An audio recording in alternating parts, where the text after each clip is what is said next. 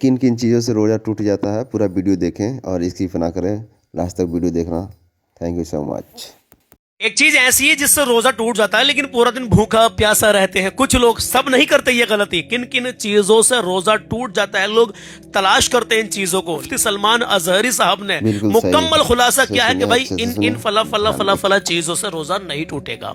चलिए सुनते हैं। अगर पैगाम अच्छा लगा तो अपने भाई को सब्सक्राइब एंड फॉलो कर लेना और हमेशा हमें अल्हम्दुलिल्लाह दुआओं से नवाजना और वीडियो को लाजमी आगे शेयर करना। ना जाने किस किस के दिल में उतर जाए बात, ना जाने कितने लोगों को ये बात पता हो जाएगी मेरे अजीज, ना जाने कितनों को अभी तक पता नहीं होगी। सोशल मीडिया का दौर चल रहा है, लोग तलाश करते हैं, तो हम चाहते हैं कि अच्छे और सच्चे पैगाम आप तक पहुंचने चाहिए। सुनिए जरा मुफ्ती सलमान अजहरी साहब ने रोजे ना टूटने के, नहीं टूटने के हवाले से क्या क्या बताया है, जो लोगों के जहन में रहता है कि यार इससे हमारा रोजा तो नहीं टूट गया होगा। हाँ, बहुत सारी बातें ऐसी हैं। और एक चीज मैं आपको बताऊंगा जिसके जरिए से आपका रोजा खत्म हो जाता है, पूरा दिन भूखे प्यासे आप रहते हो। बयान के बाद में उस गलती को मैं बताऊंगा कि वो गलती कौन सी है। सुनिए जरा।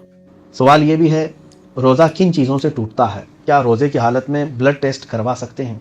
जी, रोज़ा जिन चीज़ों से टूटता है आपको ये मालूम होगा, मशहूर मारूफ चीज़ें हैं। खाने से, पीने से रोज़ा, किसी भी तरह की कोई भी चीज़ आपने खा लिया, पी लिया तो रोज़ा टूट जाएगा। सबको इसी मालूम तरह है से ये। जिमा किया, यानी शादीशुदा मर्द अपनी औरत से मुलाकात किया, हम बिस्तरी किया तो उसका रोज़ा टूट गया। खत्म। या फिर शहवत से उसने अपने जिस्म से इखराज किया मनी का, तो फिर उसका रोज़ा टूट गया। अल्लाह। इसके अलावा रोज़ा टूटने की अलग कोई चीज़ें नहीं। बाज़ लोगों ने ये समझा कि खून निकल जाने से रोज़ा टूटता है, नहीं टूटेगा। उल्टी होने से रोज़ा टूटता है, नहीं टूटेगा। उल्टी हो जाए आपको अगर बेइख्तियार तो रोज़ा आपका नहीं गया। नहीं हाँ, अगर किसी ने उंगलियां डाल करके पूरे ज़बरदस्ती क़य किया है तो उसका रोज़ा गया। मुँह भर अगर आ गई तो उसका रोज़ा जाएगा। खुद से अगर कुछ किया बेइख्तियार ऐसी ही कोई चीज़ आई तो इससे रोज़ा नहीं टूटेगा। न नहाने से रोज़ा टूटेगा। बाज़ ने यह भी सवाल किया है कि गुस्ल में मुंह में पानी लेना फ़र्ज़ है और गरगरा करना फ़र्ज़ है, तो रोज़े की हालत में क्या करना चाहिए? मेरे अजीज़ों, गुस्ल में कुल्ली करना फ़र्ज़ है, नाक में पानी चढ़ाना फ़र्ज़ है, गरगरा करना फ़र्ज़ नहीं है। जिसको कहते हैं मुंह में पानी लेकर हलक में गरगरा करना फ़र्ज़ नहीं है। गरगरा रोज़े की हालत में नहीं करना चाहिए कि पानी के कतरे हलक के अंदर जाने का अंदेशा है। कुल्ली करे, नाक में पानी चढ़ाए, कोई हरज नहीं। गुस्ल में भी, रोज़े की हालत में भी अगर गुस्ल हो रहा हो तो कुल्ली करे, नाक में पानी चढ़ाए, इससे रोज़ा नहीं टूटेगा। आप जैसा गुस्ल करते हैं वैसे गुस्ल करें, बस ये है कि गरगरा ना करे, हलक में पानी अंदर ना जाए, बस इतना ही। जी बेशक। अगर दिन के बीच में रोज़ा टूट जाए, जैसे कि उल्टी हो जाए, यही सवाल किया है कि उल्टी से रोज़ा नहीं टूटता।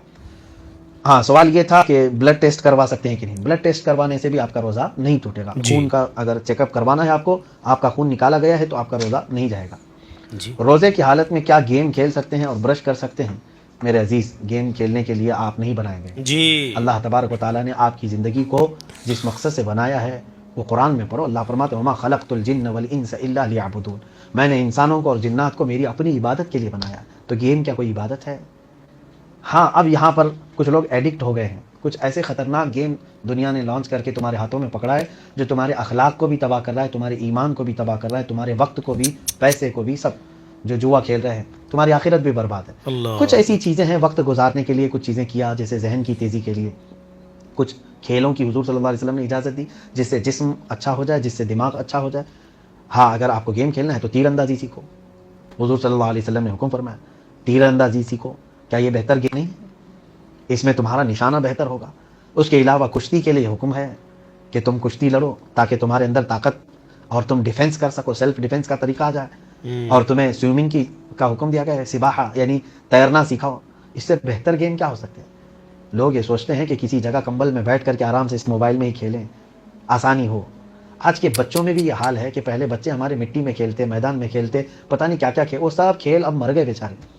पहले के खेल फना हो गए, सारे खेल बच्चों के हाथ में आ गए मोबाइल में। मोबाइल खा गया सब। इन बच्चों को भी इन गेमों से बचाया जाए। हेल्थी बच्चे वही हैं जो अपने बचपन में आम तौर पर जैसे वर्जिशी खेल होते हैं उन खेलों में उनको रखा जाए। आज जिन लोगों ने एप्पल फोन बनाए और जिनके यहाँ बड़े बड़े कंप्यूटर लॉन्च हुए, उन कंपनियों के मालिकान अपने बच्चों के हाथ में फोन नहीं दे रहे हैं। एप्पल कंपनी का मालिक अपने बच्चे के हाथ में फोन नहीं देता। तो क्या बड़े बड़े लोग वो चाह रहे हैं कि हमारे बच्चे हेल्थी बने, जैसे नेचुरल खेलते हैं सब, हम जैसे खेल के बड़े हुए वैसे ही खेलें। तो आज इन तमाम चीज़ों से बचना चाहिए। हर जवान, मर्द, औरत, सबसे मैं कहूँगा, गेम ख़ास तौर पर अगर आपके हाथ में है भी तो सिवाय आपके वक्त के नुकसान के इससे कुछ भी हासिल नहीं है।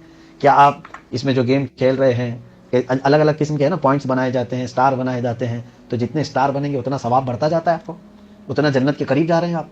اگر ایسا کچھ ہوتا تو میں بالکل اجازت دیتا کہ صبح سے لے کر شام تک گیم کھیلیں، جی جبکہ آپ کا ضمیر خود لکھتا ہے کہ گیم کھیلنے میں سوائے وقت کے نقصان کے اور کچھ بھی نہیں ہے، آخرت خراب ہوگی، اس سے اپنے آپ کو بچائیں۔ سوال یہ ہے، حیض اور استحاضہ میں اگر کوئی عورت فرق نہ کر پائے، روزہ رکھا ہوا اگر اس نے روزہ رکھ لیا ہے تو کیا کرے؟ یہ تفصیل طلب ہے عورتوں کے لیے کہ یہ مسائل ایسے ہیں کہ ان کو عورتوں کی محافل میں بیان کیے جائیں، پھر بھی میں مختصراً بتا رہا ہوں کہ عورت کو ہر مہینے جو ماہواری آتی ہے وہ حیض ہے، اور ایک بیماری کی وجہ سے آتا ہے وہ استحاضہ ہے۔ حیض میں نماز اور روزے جائز نہیں ہیں، وہ قرآن، نماز، روزہ کچھ نہیں کر سکتی حیض میں اور نفاس میں۔ بچہ پیدا ہونے کے بعد جو وہ ناپاکی رہتی ہے اس کو نفاس کہتے ہیں، اور ہر مہینے جو عورت کی ہے وہ اس کو حیض کہتے ہیں۔ ان دنوں میں نماز، روزہ اور پھر قرآن پاک کی تلاوت، یہ سب چیزیں اس کے لیے جائز نہیں۔ لیکن ایک ہے استحاضہ، وہ عورتیں خود ہی سمجھ جائیں گی کہ استحاضہ کیا ہے، کیونکہ کچھ عورتوں کی ہر مہینے عادت ہوتی ہے کہ اتنے ہی دن آئے گا، اور جس عورت کو یہ عادت معلوم ہے اس سے زیادہ اگر آیا ہے تو اس کو کہتے ہیں استحاضہ۔ استحاضہ کے ایام میں نہ نماز معاف ہے نہ روزہ معاف ہے، وہ ساری چیزیں ویسی کر سکتی ہیں۔ استحاضہ ایسے ہی سمجھ لیں جیسے کسی کی نکسیر پھوٹ گئی، نکسیر پھوٹنا مطلب ناک سے خون جاری ہوا، کسی کو یہ بیماری ہوتی ہے، تو استحاضہ میں کوئی چیز معاف نہیں ہے، وہ روزہ بھی رکھے گی اور نمازیں بھی پڑھے گی، جبکہ وہ پاک کر لے، اس کے لیے اتنا دھو لے اور وضو کرے اور نماز پڑھے۔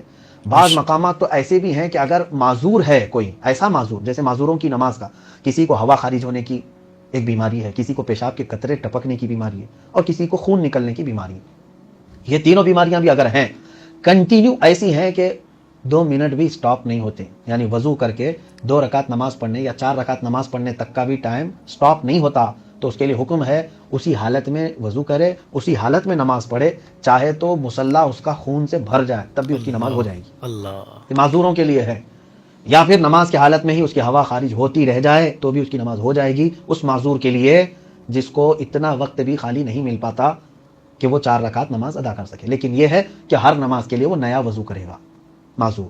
تو یہی حکم استحاضہ والوں کے لیے بھی ہے۔ عورتوں کو یہ خود اچھی طرح سے معلوم ہو جاتا ہے کہ اگر وقت سے زیادہ آیا ہے تو وہ استحاضہ ہے، اس میں وہ ان کے لیے روزے معاف نہیں ہیں، وہ روزے ضرور رکھیں گی۔ اللہ رب العزت کہنے سننے سے زیادہ ہمیں عمل کی توفیق عطا فرمائے۔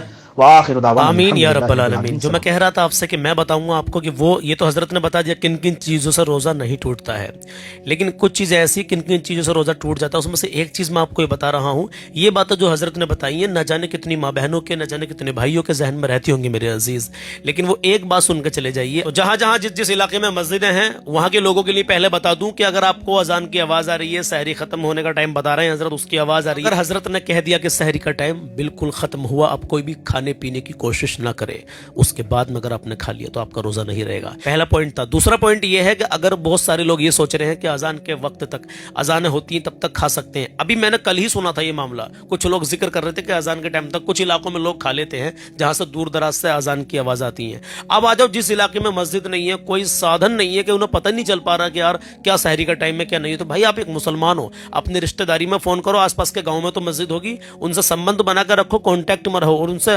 منٹ کی خبر لیتے رہو کہ آج تمہارے یہاں ختم سحری کا کیا ٹائم ہے۔ انہوں نے کہہ دیا 5:24 پہ سحری کا ٹائم ختم ہے، تو 5:23 تک آپ کھانا پینا کر سکتے ہو، بعد میں بالکل مت کرنا۔ اگر آپ کے علاقے میں مسجد نہیں ہے تو پورا دن بھوکے پیاسے رہو گے، کوئی فائدہ نہیں ہوگا آپ کے ایسے روزے کا۔ اگر آپ نے اذان کے وقت تک یا اذان کہیں سے آواز آ گئی تب تک اگر آپ نے کھا لیا کہ ابھی اذان نہیں ہوئی ہے کھا لے، نہیں بھائی، سحری کا ٹائم ختم ہونے سے اذان کا کوئی تعلق نہیں ہے، وہ تعلق ہے وہ ٹائم کا ہے۔ جب سحری کا ٹائم ختم ہو جاتا ہے پھر اس کے بعد میں آپ کچھ نہیں کھا پی سکتے، کیونکہ سحری کا ٹائم ختم ہونے سے 5 منٹ کے بعد میں اذان ہوتی ہے، 5 سے 7 منٹ کے بعد میں میرے عزیزو۔ اس پیغام کو عام کر دیں، ابھی کے ابھی سے 1-2 جگہ شیئر کر دیں۔ جزاک اللہ، اپنا خیال رکھیں، اللہ حافظ۔